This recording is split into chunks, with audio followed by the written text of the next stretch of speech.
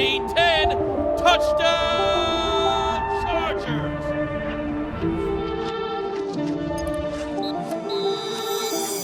What's up, guys? Welcome into a brand new episode of Chargers Weekly. We are presented by Splitero. Money. Jahleel's back. He's back. Jahleel's back, baby.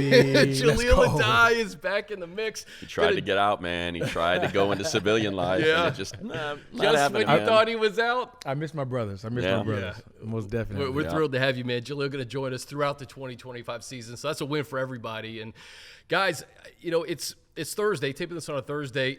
Why don't we rewind a little bit to Sunday? Saw some good things. Money, any observations that you want to touch on? Everybody thinks I talk too much anyway, so start with Jahleel, okay, man. Jahleel, you go. He knows, especially since the secondary played so well. So let's get Jahleel started, man. The secondary played well, right? You've seen the two picks, right? One pick six, obviously, you know, ending with the injury. You never liked that, pulling for him.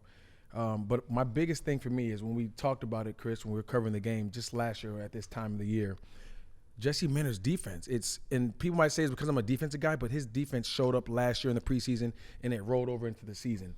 This year has been the same story, right? And it doesn't matter who it is. He plugs and plays. These guys are second string, third string, and these guys are putting out a product that it would look like if the first team was there. So that's what I was mostly impressed with. You know, Nico Reed in Canton, and then Eric Rodgers with 2 interceptions. Money. That's the one thing I think has been crystal clear is this team looks prepared, especially in the first half of football games.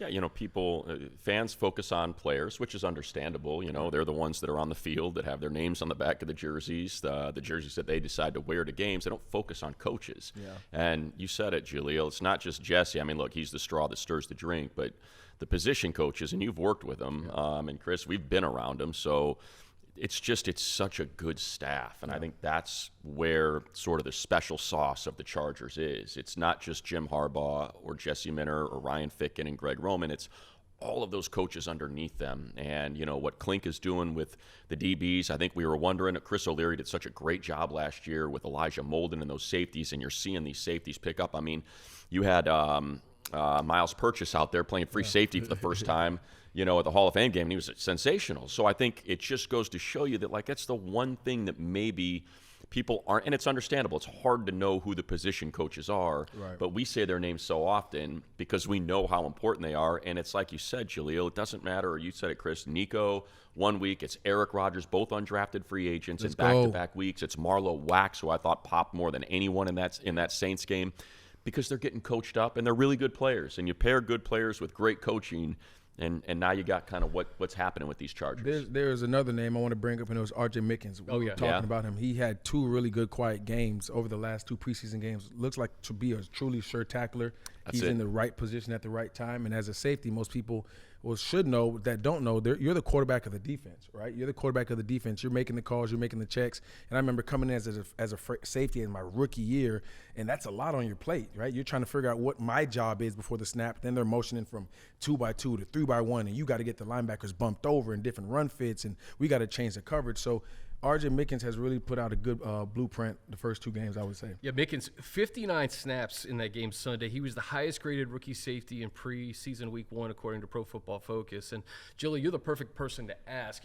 We talk about the competition in the secondary, from Nico Reed last week to Mickens and what Eric Rodgers has done. You mentioned Purchase. Take me inside as an undrafted guy, the competition and just how fierce it is, because these games are like Super Bowls to those guys in the back half of the roster. Yeah, no, you said it right. Like you said it right. Excuse me, Chris. Like, these are their Super Bowl, because you know when you come in, the NFL is a business, and you don't really realize that until you get into it, being a young guy, and it's a business, right? You know, if I come in undrafted, they didn't invest the capital in me, so I'm going to be the first guy out, right? And you have to find a way to make your niche. And my coach would always say, to make the team, to get paid, you have to flash on film. So if you're a hard hitter, be a hard hitter. If you intercept the ball, intercept the ball. And coming in as an undrafted safety, it was more so like, hey, I don't have the opportunity to mess up. My reps are limited, so every time I get out there, I got to flash, however that looks, right? I have to flash. And then the biggest thing a lot of guys tend to forget about is special teams. Yeah. You're going to make the roster on special teams. And a lot of times you come in as an undrafted free agent, you weren't picked, right? So you're not slated to be even in the first or second team rotation, right? You're going to make the team, you're going to make the 53 on special teams, all 4 phases. And then once you start to prove yourself on special teams, then they're like, okay, we got to get this kid some packages on defense or offense or whatever it may be. Yeah, I think you said it with Mickens, and that goes with Marlowe Wax as well. Yeah. When you go back and watch that game on film, you just see sure tackling, sound tackling. You can't have missed tackles. You know, I mean, that's back-breaking. Defense does everything right. The call is right, and then you got a missed tackle and a busted play that ends up keeping you on the field for another 3-4 minutes maybe, or even worse, leads to points. And, you know, you look at Wax, and he's got 9 tackles in that game, 9 solo tackles. It's him and the dude, and he made it every time. Same with Mickens. I thought it was the best tackle that we saw in the Hall of Fame game, that form tackle he made. And I think it probably speaks to the room a lot with Mickens. I think it's sort of what's interesting about roster construction, right? It's not just who are the 53 most talented players. It's what are the best 53 that we're going to throw in this bowl and mix together and make the best meal. And that's where Tony Jefferson comes in, because I don't think there's any doubt you can see the effect that he has on that safety room and the reverence that these young players have for him, and just the reaction that he had on the sideline with Eric Rodgers' pick 6, and he's the first guy there, and this is a guy playing in the game, an 11-year vet. And so that to me is one of the more interesting names to watch when it comes time to make this 53, Chris, is, you know, you're talking about carrying 5 safeties. We're talking about carrying 6 linebackers maybe if they want to carry Wax, with if Delshon Phillips is going to be healthy. Like, you know, Caleb Murphy is that edge. Like, this is going to be a really tough roster to construct at the 53, because I think there's a handful of players, you put them on the practice squad, they're going to get plucked. Yeah, and just you mentioned Tony, and we were watching from the booth, and I just playing in the game, I tend to look at different stuff. And once the pick 6 happened, he threw the ball down. And lo and behold, the ball guy ran and grabbed the ball. Tony Jefferson sprints from the bench and chases the ball guy down like, no, give me that ball. Ahead, He's a vet. He's a true Unk. vet. He's like, hey, no, Unk. He's right? Unk. He's like, I got to get this ball to the rookie. This is going to be a keepsake, right? Yeah. So, listen, Tony Jefferson, I came in with Tony Jefferson and see him playing at the level that he's still playing at, right? And not only what he's doing on the field, you mentioned it, like what he means to that room, what he means to that locker room. It's gonna be tough, but I will say, like, carrying 5 safeties are in the safeties' favor right now because they play Dern at the big nickel, right? Yeah. So they play Dern at the big nickel on first and second down. So ultimately, you kind of need like 4 guys that can really, really go, you know. So we'll see. Yeah, but Chris, you played Derwin at the big nickel, and now I'm talking about that cornerback room with, you know, and obviously with the injury to Rodgers. But, you know, with Nico Reed, and like that's where that whole conversation then comes in. It's kind of that, you know, it's all the defensive backs. It's such a veteran-laden room because, you know, we haven't talked much about Elijah Bolden. We should, because he's kind of ramping his way back into form. But you talk about Derwin, Alohi, Elijah, Tony.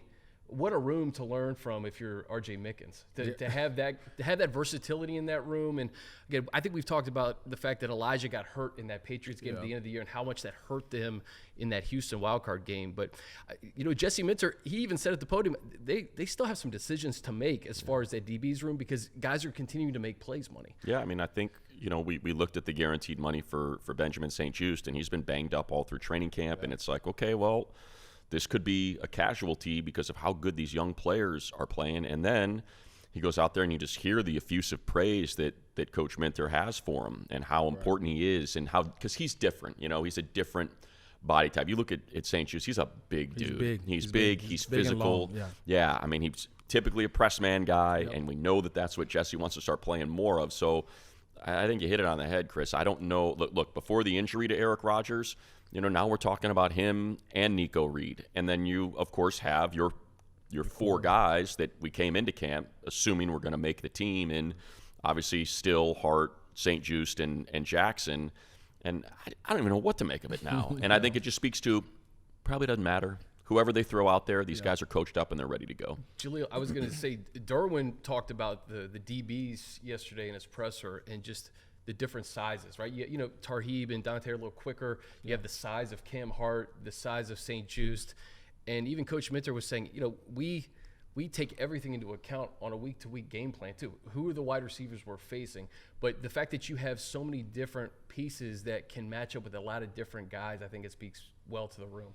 I agree with you. I agree with you, Chris, because I remember when I was playing, we had a coach by the name of Ron Miles, right? And he would teach a technique where Coach Milo, he's in Jacksonville now? He's in Jacksonville, yeah, coaching Travis over there. And he would teach a technique where it benefited long guys, right?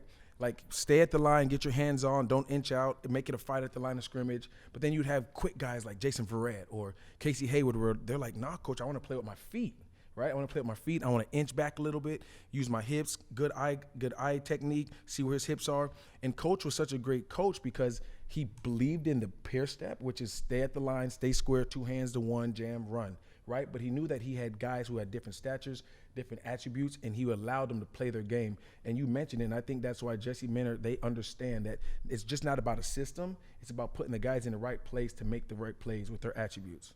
Yeah, I mean, Eric Rodgers, I was just pulling it up to make sure I got it right. You've got Eric Rodgers at 6'2", 190 pounds, and you've got, 2 interceptions, 1 pick six. You got Nico Reed at 5'10", and probably $175. Like, it does that's what's so funny about, corners.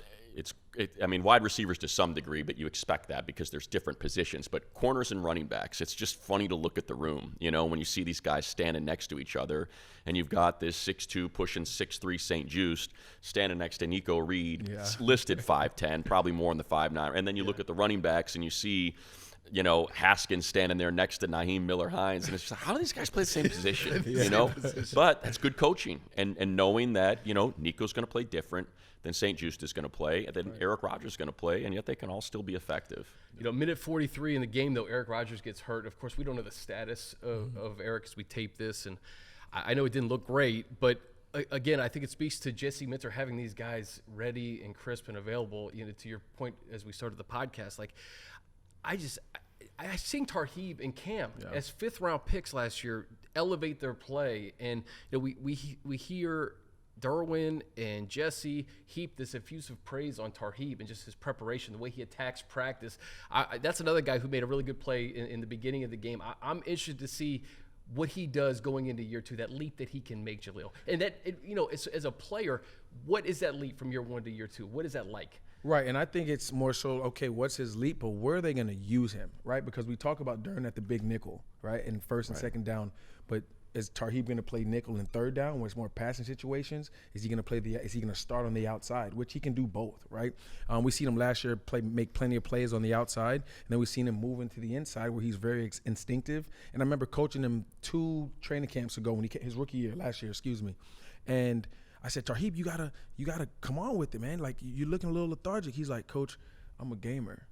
He said, I'm a gamer. I said, oh, you're a gamer. Yeah. And then he went out there and he balled in the game. So the next week I said, Tarheeb, you knew something I didn't know. So, man, to hear that he's practicing like he's playing now, so he's going to get better and better, man. And I'm really excited to see his future. I think he has one of the brightest spots as one of the young DBs on this team. Obviously, Cam Hart's, his size is, you can't teach that, but Tarheeb, he finds the ball. Reminds me a little bit of Casey Hayward. Jahleel, you said it, and if people that are watching, if they watch Jesse Minter's presser, Chris, like, he alluded to that, and I think that's something that we always have to keep in mind when we get to attend every training camp practice and we're watching these guys play. I don't remember I think he was talking about Eric Rodgers. It was either Eric Rodgers or Marlowe that he was talking about. He said, some guys just need game speed. Yeah. It's like it's hard for them to go at that 4th gear instead of putting it into 5th. And when it goes into 5th, that's when it's like, yeah. And that's kind of, it was Eric Rodgers, because he was talking about what you see on the tape. And he's like, some guys, they see it, they're running routes for guys, and and it's like, that's what they need in order to really flash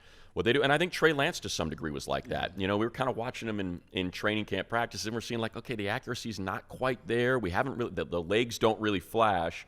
And then he gets out in the game, in the Hall of Fame game, he's throwing that ball over the place. Beautiful. He's got obviously a ton of arm strength, but that nice feathered pass to Disley. And then this last week, it's like, I felt like, because I'm old, many people might not remember this, but like in Rocky, I think it was Rocky 2, when they decided to have him fight as he's like, oh yeah, we're not going to fight as southpaw, we're going to fight regular, and then I'm going to yell when to switch. And I felt like that's sort of what happened with Trey in this last game. It's like you just heard Mick from the sideline go, no, and then boom, you got run, touchdown. And it's like, oh yeah, that's what makes Trey Lance different. That's how he separates from other quarterbacks, because that is elite speed that he has out there. It's crazy you say that, Money, because I remember playing, right? And we'd see young rookies come in. It's probably like my 5th or 6th year. I'm more established. I'm comfortable with myself. Now I'm working on my game. I'm not so much worried about the roster, but I'd see young rookies come in and they'd go crazy in camp. They'd ball. And then the lights come on and you don't see them. And then we see guys who in camp are like, I don't know.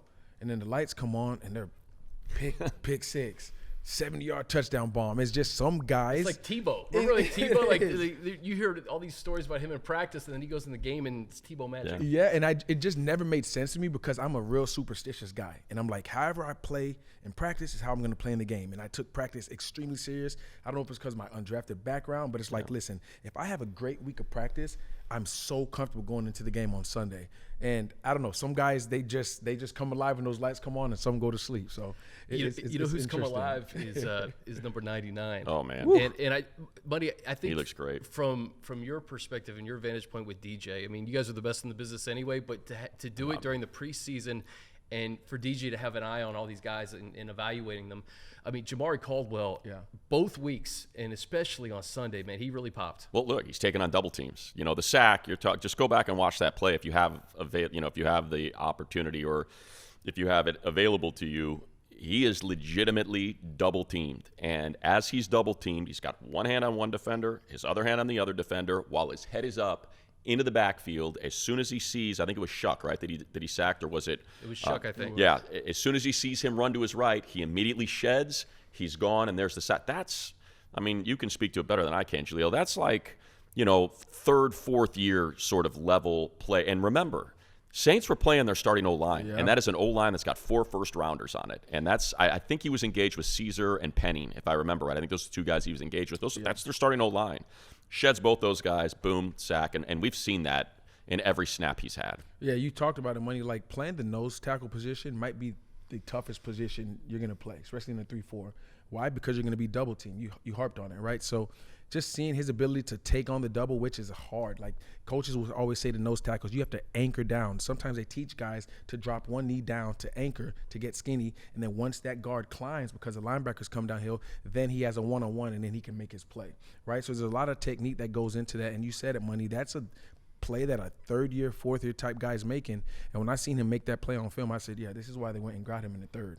You lose Poona Ford, but you bring in Caldwell, and I think there's just so much deeper collectively with Hart and Tito and Hand and Jones. I mean, it's a rotation that I really think that you can go into each and every week rotating like 5 or 6 guys. And that's what they told us. That's one thing I like about this, you know, this staff is they tell you and then they show you. You know, Jesse Minter was very upfront. He said, look, we lost Poona and we made up for it with quantity. He's like, it wasn't one player. We knew we were going to have to go out and get a couple and hope, you know, the freshness by rotating those guys in was going to help make up for that loss. Right. And then you hope one of these guys pops. And I think you can make it. Look, Tito has looked great. I think for, you know, Thier looks like he's ready to take that next step. I think if you said, hey, put a finger on which guy's going to replace Poona, is that it would be Thier. But what Caldwell has shown, and I think that was sort of some of the magic from last year, is that they had these depth pieces. And the depth ultimately is what showed out. You know, it was originally going to be, 2 safeties. It was going to be Derwin and Alohi, and they were probably going to play high. And then all of a sudden, like, nah, let's just put Derwin in. Elijah's coming along so far. Remember, he didn't show up till late August. And O'Leary just, you know, from what we heard, was just with him hours and hours, and Elijah put in all that time. And to me, that's what unlocked this defense, was putting Derwin at that big nickel. And that's kind of what we're talking about. How do you replace Poona? Well, if Jamaree Caldwell's giving you 10, 15, maybe 20 snaps a game? Like, that's how you do it. Most definitely, because you're going to – it's because in an NFL game, you're going to average probably about 60, 65 plays, right? Coming from college, you're easily 85, 90.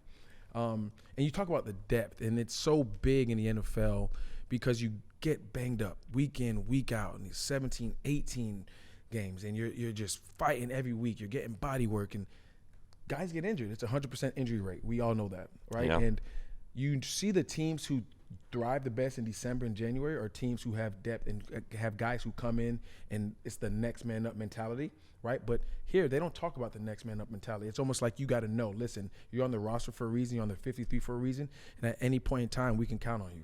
I do want to correct myself because I'm looking at it now. I had to go back and watch the sack. So because it was Shuck, he's going against second team O-line. So it was not Ruiz and Penning. Instead, it was, or McCoy, I should say, and Penning. It was still third. Impressive. Exactly. Very I just want to impressive. I don't want the Saints fans, the Who Dat to come after me. Who Dat Nation, listen to Chargers Weekly a week later. Stay out of Money's mention. Exactly. So, but still, again, impressive. Second, getting double teamed, and it's it's one of the nice things about having this tool. Just watching him. I mean, he is so far away. Chris, I'll let you see it so you can just kind of watch. I mean, you see where he is here as he gets engaged, double teamed. He's look at him peeking through those two helmets that are double teaming him, and as soon as he sees him move, just shed and go. Man, it was impressive. It's an impressive sack. The 10 snaps, maybe 15 and 20 very quickly, maybe the first 4 weeks of the year. And you mentioned next man up. Hey, he wasn't even the best guy on the defensive line, by the way. Caleb Murphy. I was gonna, that's who I was going to get Chris. to. Take it. We talk about guys like Kyle Kennard and Junior Colson didn't play in that game, but Derwin heaped the praise on Wax. Caleb Murphy, man. Yeah. So Ferris State, his senior year, Division II, 25.5 sacks. This guy comes from the Tennessee Titans, and I think somebody, I forgot who it was, but said Chargers are getting all these old Titans from Elijah Molden this year. It's hard to now Caleb Murphy. But talk about producing when your numbers call. 2 sacks in this game, and you and I were sitting next to each other right before the half, just like, dude, this guy has made the team. Yeah, he has made the team. Some way, shape, or form. What do you think from the 4th and 5th edge rusher perspective? Because we thought kind of Kennard was going to be the 4th guy, but you got to be on the field. Yeah, he's been hampered with injury, and we talked about Caleb, and we talked about he showed what he had in his bag, right, on those two different sacks, right? And one was speed to power right down the left tackle's chest, and then another time he showed hips, get on the edge, swipe, and get around and get a strip sack on this first one, right? So he's showing that he has an arsenal. And like you said, you can't make the club in the tub. They would always say it, and that's why I was so big on, keeping my body fresh, because, listen, this is the most competitive business in the world, right? And one guy, you go down, the next guy steps up in your position, and that can be the last time you step on the field, right? So Kennard not being able to produce has given Murphy an opportunity, and he's taking full advantage of it. Yeah, I think you said 4th or 5th. I don't think there's any question, Chris. And look, he's making the 53 because he's a core 4 guy. Yeah, and you talked about that earlier. So, and he was on the team last year. He got elevated from that practice squad, had a couple games, and you kind of mentioned it, Chris, and I'd love to kind of get your take on it, Jahleel, because there is something about that, about the Tennessee thing and whatever Vrabel was running in Tennessee, because it's Christian Fulton played at a high level, got a big contract. It's Elijah Molden, played at a high level, got a big contract. Tier Tart played at a high level. A cast-off in Miami. They're just like, we just didn't want to deal with you. And we talked about it, Chris. We're like, this is the guy. Yeah. This is a guy the Chargers have to go out and get. He fits so perfect with what they like to do. And in those limited reps, flashes, gets himself a nice chunk of a contract. I think he was an undrafted free agent, if I remember right. So you get a 1-year, $5 million deal, man. That's a nice chunk of change. Run. Not to mention they're going to get all that playing time and go back into free agency next year. Right. Same with Poona Ford. Wasn't in the rotation in Buffalo. Somehow they're like, that's the guy. And I think, so I don't know, Jahleel, as you played in Houston or something, is there something about, do you think there's front offices that are like, yeah, they're doing over in Tennessee what we, and Caleb Murphy's the 4th one, what we do here, and it's a good fit if we can get these players with traits that we like. Yeah, you're really close, Money, and I think it's more so because I don't know what Tennessee runs, right? And it's probably that they run something very familiar, and they see these guys can fit in our system. Not only can they fit in our system, they know the system, so when we bring them in, we can implement them into the system in playing time now, right? But the front office, shout out to the front office. They're doing their due diligence. They're doing their work. They're seeing what defenses run similar schemes around the NFL. And it seems like it's the Tennessee Titans. And they're like, hey, they always say one man's trash is another man's treasure, right? And the beauty is in the eye of the beholder. And the Chargers love some ex-Titans. Well, the fact that Tart and Molden, it was like 2 or 3 weeks into camp that Tart became a Charger. Yeah. Then it was at the end of camp where Molden came into the fold. So they both came in late. So I think it gives us some perspective too. It's like you can look at this roster now that's currently constructed in mid-August. They could find 2 more starters at the end of August or when cut-down day comes or via trade. Joe Ortiz has proven that he's not afraid to keep churning the roster, and to be able to find those guys has just been remarkable. You flip it to – Do you know Shane Bowen?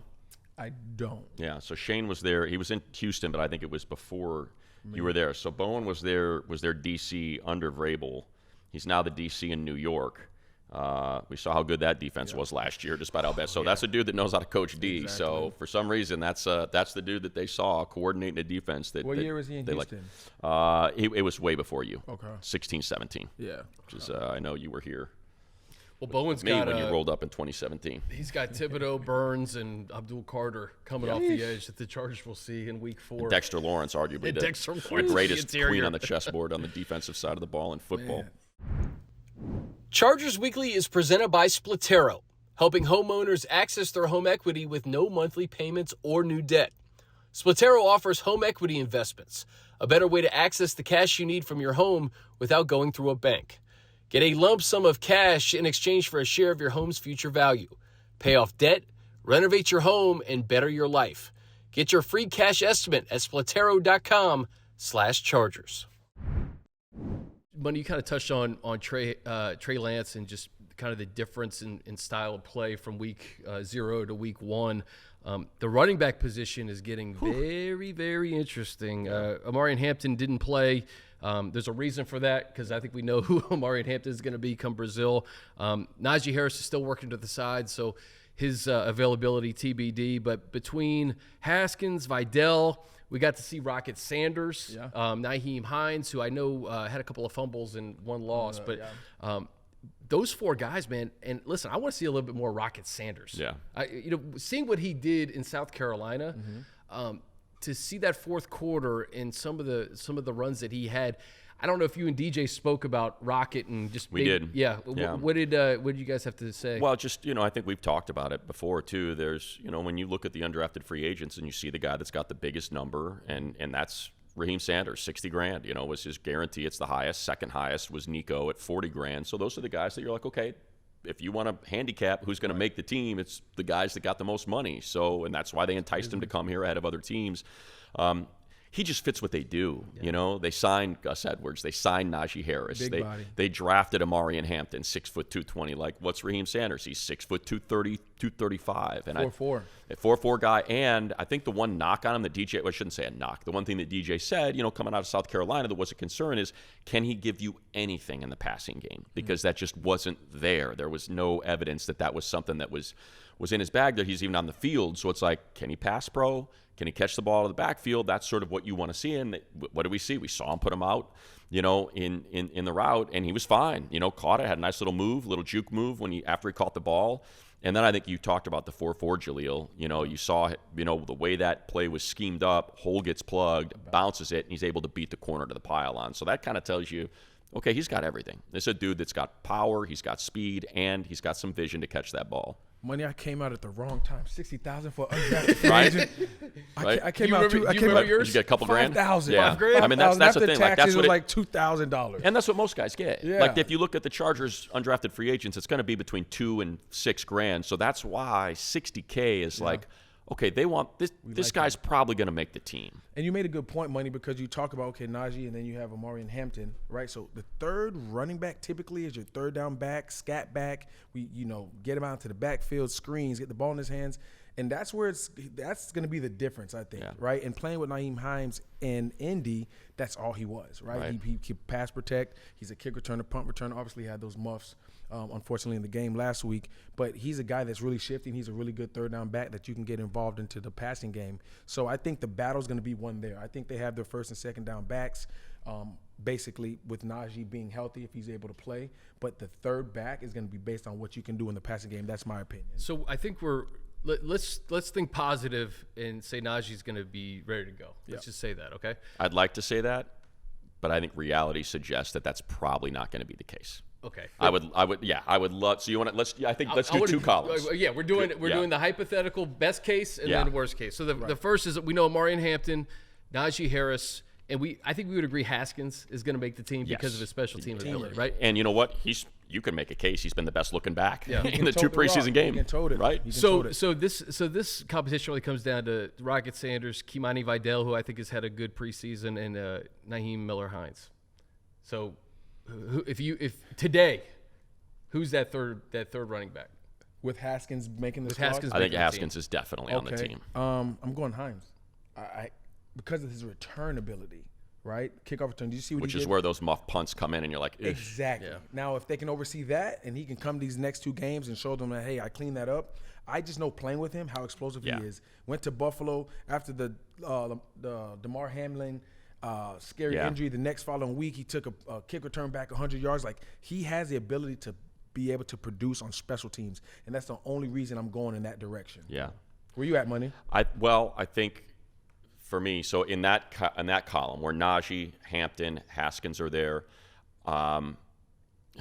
Yeah, I think the fourth guy is probably between Vidal and Nyheim Miller-Hines. I think that's kind of how you would probably – because you have Haskins, who was great in short yardage last year, who's shown that he has the ability to carry the ball if you want to give him 5, 6, 10 carries per game and be very physical.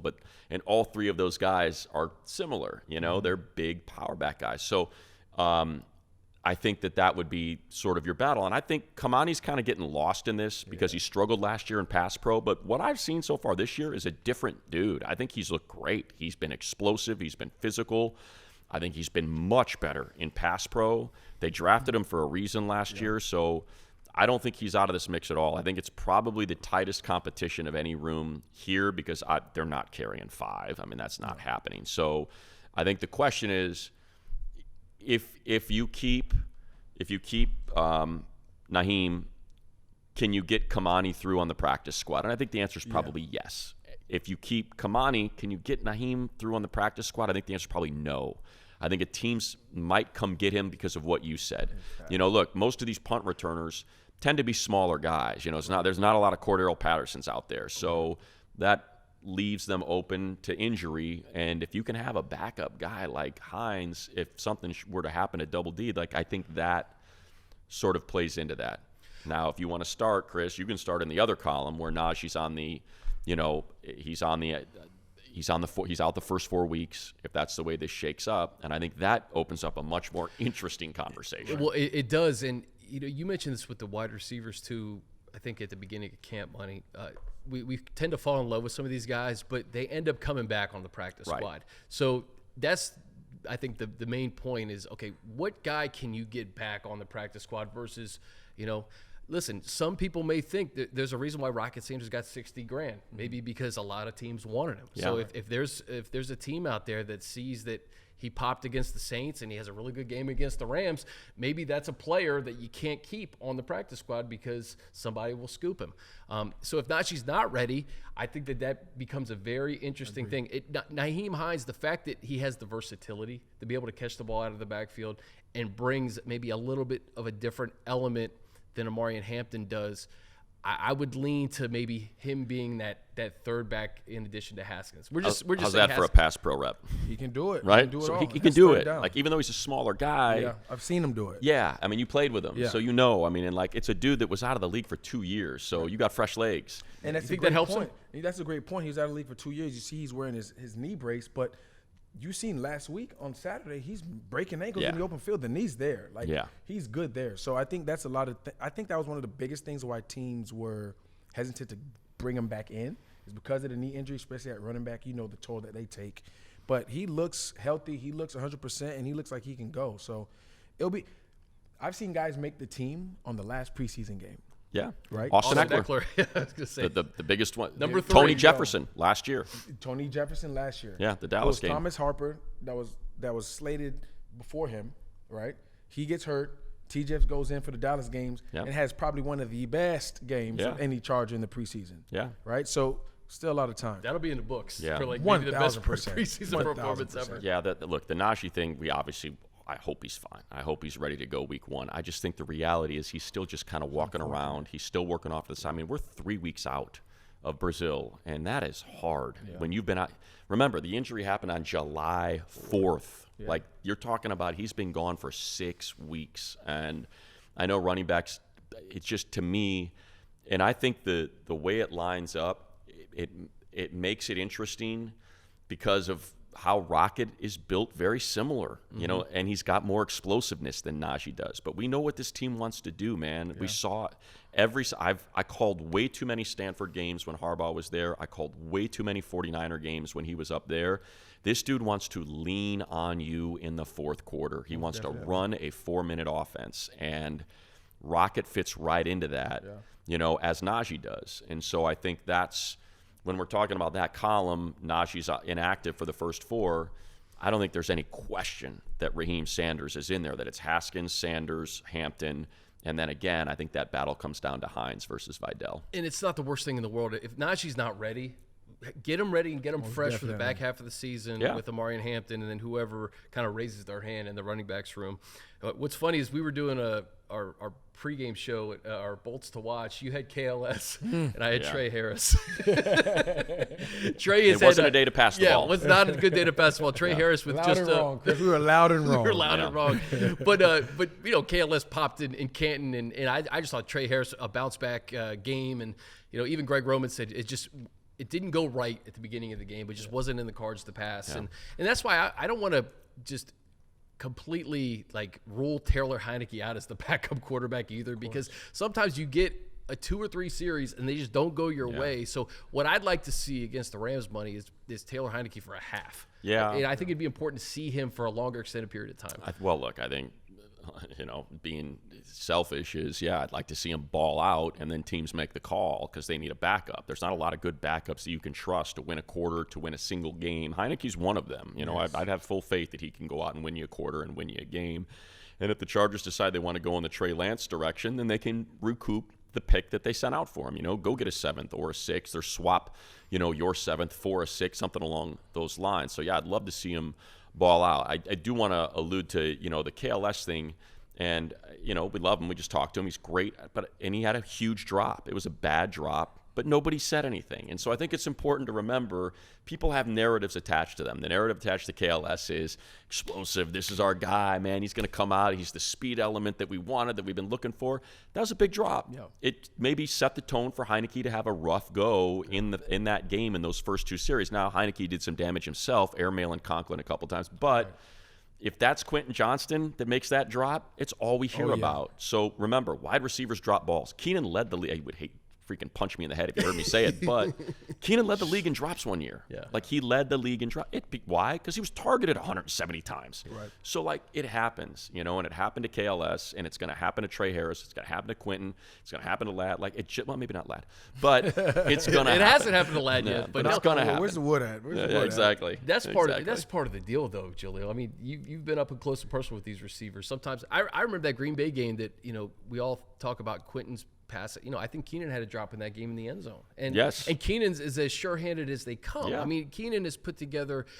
By the way, it's great to see him out there. Yes, because it does bring another dimension to this offense. But I agree with you, buddy. I think it's time to maybe kill these narratives, or just I don't think it's worth anybody's breath to continue to nitpick stuff that happens in the preseason or in training camp. Since when did training camp practice stats become a thing? If you go off of training camp practice stats, a lot of people are not going to make the team. Right? And some weird people are going to make the team. And some weird people are going to make the team. It is what it is. At the end of the day, it's a what have you done for me lately business. And practice is practice. I get it. What you put out there on tape is what the coaches see, what they believe. I understand that. But when you get between those white lines on Sunday, on Saturday, when the lights are on, that's what matters the most. Yeah. The media is blowing up. This guy went 12 for 14, 117. Shador's going to Canton. Shador's going to Canton off of a half. Pump the brakes. This is what we do, though, Money. It's it's maddening because it's all we have. I know it's all we have, but the fact that Shador had a good half, I'm happy for him, and I hope that he can continue. I know he got hurt, but we don't talk about Tanner McKee for the Eagles, who was 22 of 25 for 3 touchdowns. Yeah, well, it doesn't really have any impact. I mean, obviously the Browns are different because they're looking for a starting quarterback. It's going to be Joe Flacco, but the idea that that's an open competition is what makes it interesting. To me, the things that people. One of the great things that I think the Chargers are showing us is who they're going to be, especially in light of the Rashawn Slater injury. Now, what are we seeing in these preseason games, even prior to Rashawn getting hurt, is we're seeing a lot of Disley, Fisk, and Matlock out there at the same time. That package that they ran last year, 260 pounds plus for each of them. And we said we shared this stat multiple times. The Chargers ran more plays with 8 or more 260-pound players, the 5 offensive linemen, and that 3, if I would call it 13. I don't really, I think you would probably put Matlock more in the role of a tight end than a fullback. You can call it 22 if you want, but with 8 260-pound plus guys, I think that's what the reality is. That's what this team is. And the one thing that flashes maybe more than anything else that we've seen in these 2 preseason games is those guys can block, man. Yeah. Tucker Fisk can block. Will Disley can block. And Scott Matlock has taken a huge step from last year. Man, I think it was a Haskins run, I think, that he was tailing Matlock, and you want to talk about blowing a hole open, and now you got a 240-pound back right behind 305-pound Matlock. It was beautiful, and I think that's sort of what Greg Roman and Jim Harbaugh are showing us, is that get ready. You're getting all excited about KLS and Trey Harris, and that's who you guys picked on your pregame show, and it's like, hey, man, it's going to be Keenan and Ladd, and it's going to be Matlock, Tucker Fisk, and Will Dissly out there, and that's what this is going to be. Yeah, it's going to be bully ball, and former player, I hated playing teams like this. Like, listen, and I was known for being a physical safety. Like, that's what I prided myself on, and I don't care how big you are. I don't care how much you lift. I don't care what kind of program you do in the offseason. When it's week 12, 13, 14, ladies and gentlemen, and you have to play a team like this Chargers culture when they're smashing my football for 4 quarters, you don't want smoke at all. Yeah. Omarion Hampton is maybe the guy that we're not talking about as much because we're not going to see him probably. I don't know. Maybe we'll see him one more game. Maybe I could see him get a couple carries. Maybe. Think so? Maybe. I think so. But that's the guy. I mean, you mentioned that package of Fisk and Dissly, and those guys were catching balls in Houston. Now they're going to actually be blocking and making plays. I mean, what did Fisk have? I think he had a 7-game streak where he caught one. Yeah. He caught at least one pass last year. And it was one pass. But you know what? That pass he caught in the Hall of Fame game was beautiful, man. Nice feet, great soft hands, and and we didn't even mention Conklin. I mean, you could end up having 14? I mean, you could have 14 personnel out there. I haven't seen it, but it could be done. It could be done. You got one wide receiver. It's Ladd, it's Conklin, it's Dissly, it's Fisk, and it's Matlock out there. I mean, it could happen. I would not be surprised. What package as a defense do you run against that? That's a base look. That's definitely a base look, but then they could spread you out too. Yeah, exactly. That's the thing. The identity doesn't change, but also the fact that there are more weapons on the outside for Justin to maybe take advantage of some of those looks. And you have one-on-one look with KLS or Trey Harris, or having Keenan and Ladd on the field at the same time to go with that punishing running game. What does that do to a secondary? No, that's a great point, Chris, because when you looked at the playoff game last year against the Texans, right? Teams will know what the Chargers want to do. They want to run the ball, and sometimes you can run for 4 quarters and you'll punch them. We talked about it. Body blow, then you get a headshot, and sometimes the headshot never comes, right? Yeah. And I think that's what. And I don't want to say that's why the reason Justin struggled that day, but if you have to turn away from the run game, now Justin has a lot of options, right? It's not just Ladd. And Ladd went crazy that game. Yeah, but 200 yards, getting triple team. Triple team, double team, they're rolling the coverage to him, but now it's Keenan, now it's KLS, now it's Trey Harris, now it's QJ. Like, he has options, and I think that's what Charger faithful wanted to see, him just have options. If the running game doesn't work, then we can change up the game plan, and we can make it happen in the air.